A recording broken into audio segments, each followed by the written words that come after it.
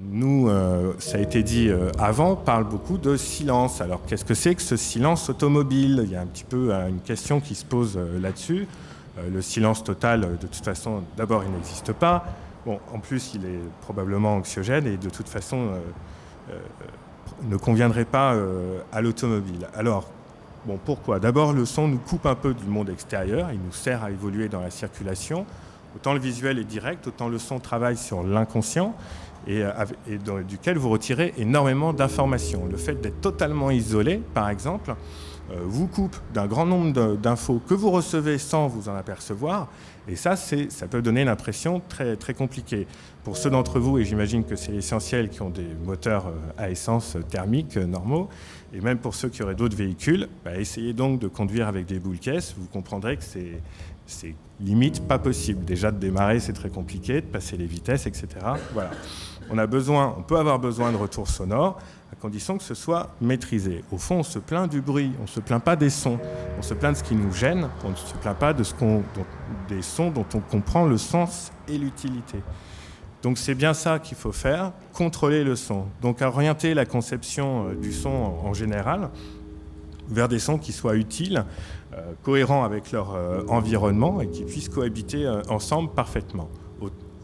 Autrement dit, donner du sens à tout cela, voire même l'organiser. La spatialisation du son, par exemple, est très efficace pour avoir plusieurs fonctions simultanément et pourtant les traiter de façon, je dirais, cognitive. Voilà. Donc le silence est quelque chose de très relatif. Outre que c'est sans doute un cauchemar pour l'acousticien, c'est un Graal qui est probablement pas nécessaire. C'est de contrôler le son et de lui donner du sens qui semble la bonne voie pour tous. Alors pourquoi? On va quand même l'expliquer. Pourquoi la recherche de sens? Quel sens on veut donner? Dans le cas de nos automobiles, on parlera de sonification, qui est le terme qui me semble le mieux correspondre à ces notions de retour sonore, de feedback sonore. La sonification se définit comme l'apport de son dans une interaction entre un homme et une machine pour lui améliorer l'usage. Typiquement dans l'automobile, en quoi l'apport de son maîtrisé, contrôlé, designé peut améliorer les choses. Les sons fonctionnels, simplement, pour les usages, les interfaces homme-machine, etc. On avait déjà des sons avant, mais mieux les travailler. Les sons de roulage, donc mieux travailler l'équilibre des sources, que ce soit dans les voitures que nous avons aujourd'hui ou demain, sachant qu'on disposera d'outils qui permettront de contrôler encore mieux. Et ça pour des notions d'agrément, de plaisir, mais tout simplement d'ergonomie de conduite avec de multiples applications. Je l'ai dit, ils sont personnalisés, les ambiances sonores personnalisées qui seront proposées, et puis les sons designés, clairement, avec une véritable signature sonore, ce qui est identitaire pour la marque et donc pour son propriétaire, le propriétaire du véhicule, bien sûr. Et puis enfin, un autre aspect très intéressant dans le contrôle et la maîtrise, c'est le son adaptatif, le son qui prend en compte le contexte. Il est clair que la façon dont on reçoit les sons et les interprète dépend aussi de l'environnement qui est autour, de l'état dans lequel je suis, cela va de soi, mais notre environnement, on va dire simplement le jour, la nuit, la ville, l'urbain, sont tant de situations qui changent complètement notre rapport au son. Eh bien, il faut le prendre en compte. C'est ce que permet l'audio numérique aussi, donc ça fait partie de nos applications en cours. Alors ces sujets sont des sujets très amont, véritablement, et mettent en marche un certain nombre d'activités de recherche de nature assez différente qui nous ont poussé à des collaborations assez poussées avec des laboratoires du CNRS, et notamment pour un projet qui vient de démarrer, qui s'appelle Métason. C'est un projet ANR pour métaphore sonore, un projet qui associe 3 laboratoires du CNRS, alors avec les domaines des mathématiques, donc pour les modèles de signaux. On l'a vu tout à l'heure, les signaux comportent énormément d'informations. Comment aller chercher celles qui nous intéressent? Pour le domaine des sciences cognitives, parce que c'est clairement le domaine central dans tout ça, les facteurs humains, au fond, quelle est la bonne information que je veux porter dans le son, qu'il est dans les sons de la nature, et qui m'aide à mieux réaliser une tâche. C'est clairement un problème cognitif de facteurs humains. Et puis les réponses sonores à ça, c'est clairement l'analyse synthèse de signaux et la création sonore. Tout cela va ensemble, et c'est ce qui nous permettra d'apporter des solutions, des réponses acoustiques et sonores à toutes les applications qu'on a citées juste avant. Alors l'objectif, c'est de sonifier, d'habiller de son des systèmes dynamiques. Alors évidemment, dans mon cas, c'est la conduite qui nous intéresse. On a un cadre aussi d'apprentissage de l'écriture qui est très intéressant et qui est d'ailleurs extrêmement proche du cas automobile. Et puis métaphore sonore, parce qu'il s'agit bien de créer des objets sonores, bon, qui soient vivants, colorés, mais des sons qui soient utiles, qui portent l'information, qui nous aident dans la conduite ou pour reconnaître telle ou telle source. Et des sons qui soient également identitaires, hein, c'est toujours l'aspect design sonore. Or, on le voit bien, ce travail est tout à fait compatible entre les deux. Les sons peuvent être beaux et utiles. C'est, j'espère, ce qu'on va essayer de montrer. Donc, dans cette idée de métaphore sonore, il va falloir trouver quels sont les indices, justement, de quel enseignement, quelle information on veut passer, par exemple, au conducteur via le son. Et puis, mettre ça en scène, mettre ça en musique. Alors voilà, donc pour ça, rien ne vaut une bonne démonstration. Alors je vais demander à Richard Cranland-Martinet et puis Almaz Desquartz de me rejoindre pour faire une petite démonstration de ce qu'est, alors justement, de ce qu'est la mise en mouvement du son. Bon, imaginons qu'il faille repenser complètement et qu'on soit libre de repenser complètement le son des véhicules de demain. Peu importe, vu de l'intérieur, de l'extérieur, c'est pas là le sujet. Comment on le verrait? Les sons, s'ils sont utiles, c'est parce qu'ils portent des informations de mouvement. Ce qui vous intéresse quand vous avez un retour sonore, que vous soyez dans la rue ou dans la voiture, c'est que vous entendez si votre voiture accélère, freine. En gros, toutes les infos qui vous servent à maîtriser le rapport entre vous et la voiture. Autrement dit, vous pouvez mettre en musique des sonorités, des textures sonores. C'est la démonstration qu'on va essayer de vous faire. Voilà, et je vais donc laisser la parole à Richard pour lancer cette démo sonore. Voilà, je reprendrai après. Merci Vincent pour le mot « essayer » parce qu'il y a un grand phénomène lorsqu'on fait des démonstrations, c'est que généralement elles ne marchent pas. Bon, on va espérer que ça va marcher aujourd'hui. Voilà, c'est pour ça. Donc, effectivement, Vincent nous a expliqué l'importance du son, notamment dans le domaine automobile et dans le domaine également donc, des sons des véhicules du futur. Et il nous a demandé de venir expliquer ce qu'on fait avec tout ça. On a des concepts et qu'est-ce qu'on fait en pratique. Alors on s'est dit, plutôt que d'en parler, on va essayer de jouer des sons et de fabriquer des sons un petit peu en direct devant vous. Après tout, c'est la semaine du son, donc faisons du son. Je vais quand même un petit peu expliquer comment ça fonctionne. Donc, faire du son, pour nous, d'abord, ça comporte deux aspects fondamentaux. Tout d'abord, un aspect technique et scientifique. Alors là, il s'agit de construire des algorithmes, donc de mettre au point des méthodologies qui permettent de générer des sons à partir de rien, si ce n'est d'un ordinateur. Et là, il y a un domaine extraordinairement excitant pour nous, chercheurs, puisque là, il faut créer des sons qui portent sens. Donc ça, c'est un travail sur lequel donc, on travaille, je dirais, depuis de nombreuses années. Et l'idée, c'est de retrouver un petit peu dans les sons de l'environnement des indices cachés, des indices pertinents qui sont cachés à l'intérieur des sons et qui aident donc à la génération du sens. En gros, on veut construire donc des métaphores sonores à partir de là, donc sculpter un petit peu des sons inertes, un peu comme si on prenait un morceau de pâte à modeler et qu'on essaye de sculpter donc à partir de cette matière inerte, lui donner une forme. Donc, on voudrait faire un petit peu pareil avec les sons et donc créer des métaphores qui permettent d'accéder au sens. Et puis il y a un deuxième aspect qui est extrêmement important aussi, c'est l'aspect esthétique. Après tout, puisqu'on crée des métaphores, on va générer des sons nouveaux qui vont donc générer un sens particulier, mais on peut se faire plaisir aussi, donc pourquoi se priver de l'aide des designers, notamment des designers sonores qui vont nous aider donc à créer des textures sonores qui vont être esthétiquement intéressantes ou qui nous permettront donc de nous déplacer ou de voyager dans des univers un petit peu différents de ceux que l'on connaît. Alors, j'ai dit qu'on ne parlait pas beaucoup, mais finalement, je parle beaucoup, donc on va passer à la démonstration. Faire écouter les sons donc, en situation automobile, ça serait facile si on était 2 ou 3 et si on avait une automobile. On pourrait monter dans l'auto et puis conduire et écouter les sons à l'intérieur. Ici, ce n'est pas possible. Donc, on va pousser la métaphore de l'automobile encore plus loin puisqu'on va créer, on va générer en fait ce que fait l'automobile de façon naturelle, c'est-à-dire une variation de vitesse, à partir d'une interface qu'on a amenée ici. Donc c'est un petit appareil qui permet de détecter la position de ma main, tout simplement. Et on va s'intéresser à une métaphore particulière, qui est une métaphore tout à fait évidente, qui est celle qui consiste à associer à la vitesse du véhicule la fréquence du son généré. Donc vous savez, donc ça c'est quelque chose de tout à fait naturel. Lorsqu'un moteur tourne vite, la fréquence donc, du son correspondant est beaucoup plus élevée que lorsqu'il tourne lentement. Donc ici c'est ma petite interface. Lorsque vous me verrez bouger la main, lorsque ma main s'élèvera, ça correspondra en fait à une variation de vitesse. Ma main donc simulera la variation de vitesse du véhicule. Et vous entendrez les sons en conséquence. Et je passe donc la parole à Almaz qui va nous expliquer un petit peu comment on peut créer les sons maintenant à partir de tout ça.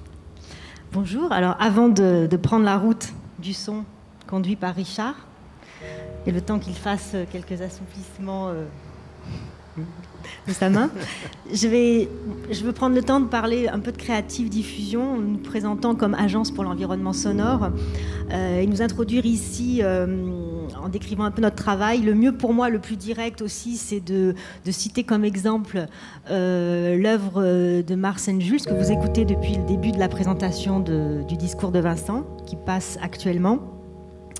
C'est une œuvre qui porte un nom très conceptuel et poétique, tout comme un peu le concept de sonoriser un discours dans une salle de conférence.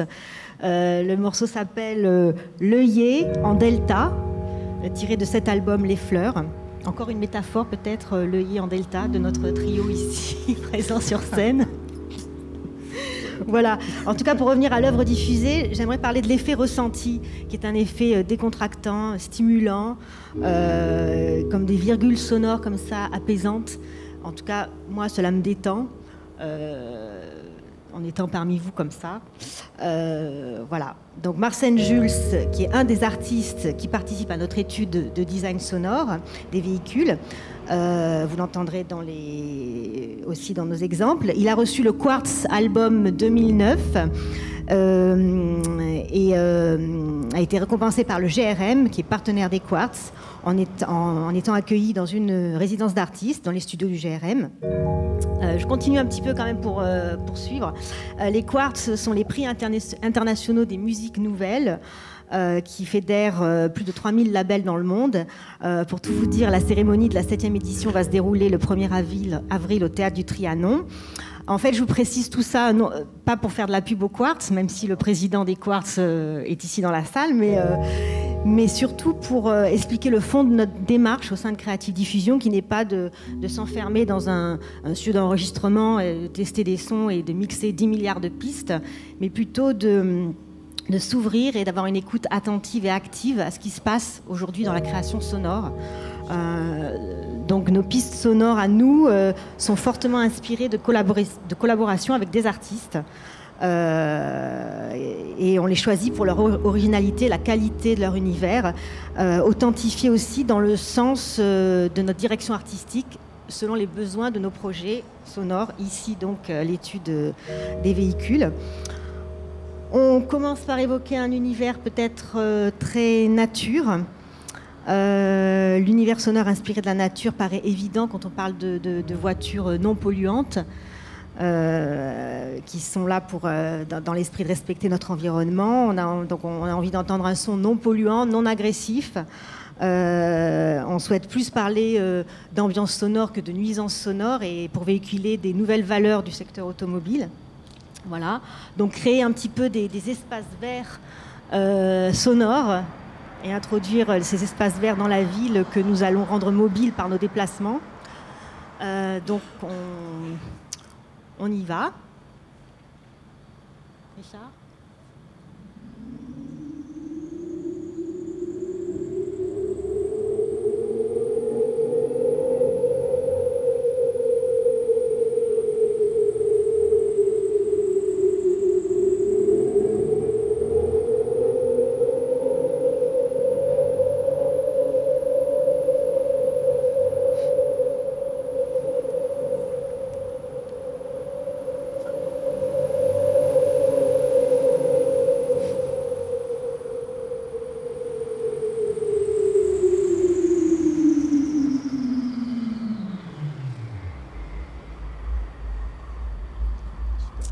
Merci, c'était beau. Ouais, non. C'est du vent, pas exactement, il n'y a pas que du vent. Alors. Oui. Quel rapport avec l'automobile? Je peux répondre? Ouais. On est en train de rechercher quels seront le son des véhicules de demain, comment les nouveaux sons des véhicules de demain. On explore un certain nombre de sources et là on vous illustre ce qui serait des pistes pour par exemple illustrer un véhicule qui roule, un véhicule il se trouve qu'en effet les symboliques de roulement et de vent sont très associés au déplacement. Donc voilà. Ensuite, si vous me demandez exactement quels sont et pour quelle application, c'est un travail exploratoire, je ne pourrais pas vous répondre.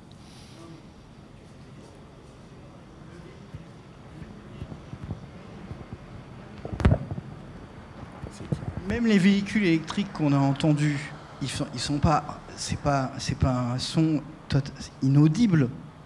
Donc, de toute façon, les véhicules, jusqu'à preuve du contraire, vont encore générer des sons qu'on va entendre. Donc là, ça, c'est un son rajouté. Alors, encore une fois, le nouvel équilibre des sources fait que quand je dis qu'on va maîtriser et contrôler le son, ça veut dire que, par exemple, en effet, il y a certains sons qui sont restylés, donc pour lesquels on va... Effectivement, il y aura des sons qui ne sont pas directement de la source du moteur. Pour autant, ça n'ajoute pas de niveau sonore, c'est simplement que ça rend le son plus beau. Voilà. Donc après, quand vous avez un véhicule pour lequel il y a absolument absence de son, et supposons que ce soit le cas, et qu'on ait envie d'en remettre, parce que si j'en ai envie, j'en remets, ben ça pourrait être ça aussi. Voilà. Et il y a encore un tas d'autres façons ou d'applications sur lesquelles on pourrait réfléchir à des nouveaux sons sur véhicules. Mais ça, je ne peux pas vous répondre. Mais encore une fois, c'est très exploratoire. Effectivement, les sons sont construits avec plusieurs pistes sonores. Ce que vous entendez, c'est l'ensemble des pistes, c'est l'équilibre de tout ça. Et là-dedans, il y a des pistes qui peuvent effectivement évoquer des choses un peu différentes. Et une fois mises ensemble, ça fonctionne. Voilà. Enfin, disons que... Mixture, c'est un peu une mixture. Voilà. On passe à un autre son. Allons-y. On va charger un autre son, une autre idée. Alors... Allez, une autre idée, oui. On reste un peu on reste dans l'esprit nature, alors plus axé sur le vent. Le vent qui nous a semblé très évocateur, le son du vent, tourbillon de vent, rafale de vent, etc., qui est un indicateur naturel des variations de vitesse, etc. Donc on va peut-être l'écouter et se rendre compte.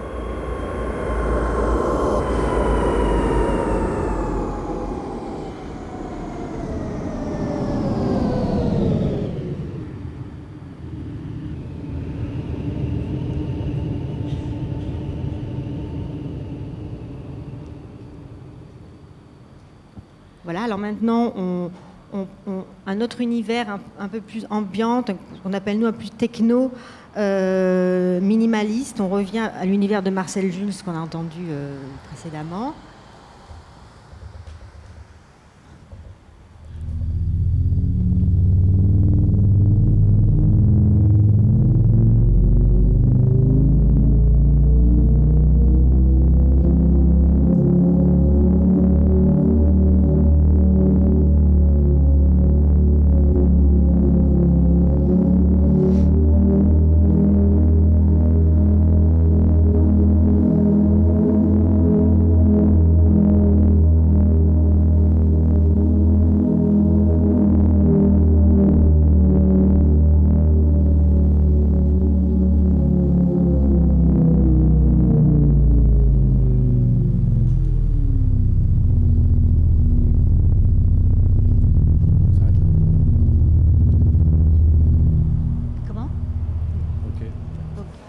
Merci beaucoup, cette démonstration dynamique. Merci beaucoup. En tout cas, pour le moins.